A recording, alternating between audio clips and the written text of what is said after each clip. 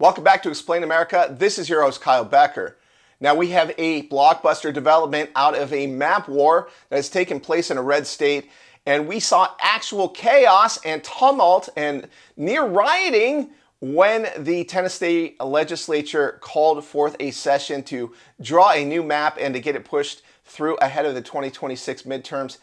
And there has been a lot of fool around and find out by the Tennessee Democrat leadership in the House. They have been stripped of their committee seats and their subcommittee seats. So this has been a very fascinating development that has been unfolding in these map wars. But there is a new development, and it's going to simply disgust a lot of Democrats who are getting their taste of losing for the first time in a long time. They are not seeing the Democratic Party succeed in one of its radical agendas, and this is really something to behold. But before we get into the story, please like, share, and comment at Explain America.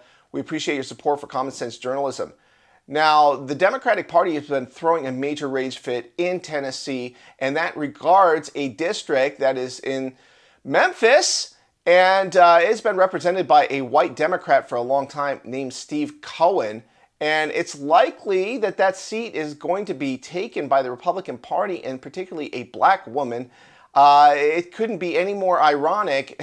They are actually fighting for a white guy to represent a black majority district. Again, it just goes to show how irrelevant and outdated all of this type of thinking is. I mean, it doesn't matter if your district is represented by a white person or a black person, as long as they represent your values and your policy preferences.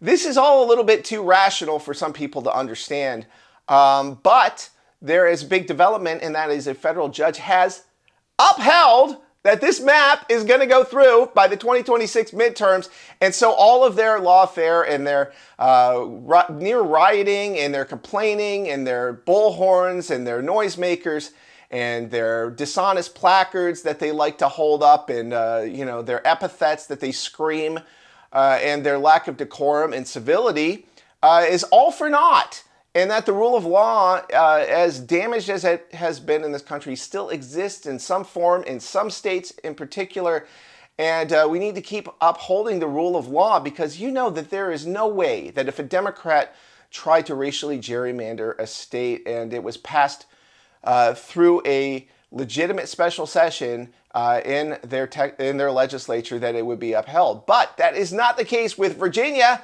They lied and they rigged the language on the ballot, and they were warned about it in court, and they pushed it through anyways, and they're all shocked and appalled that the Virginia Supreme Court is not going along with it. They've even appealed to the Supreme Court. Good luck with that. I don't think Clarence Thomas is going to be too receptive to your arguments. That's just me. But weigh in with your thoughts about this story. We always appreciate hearing from you at Explain America.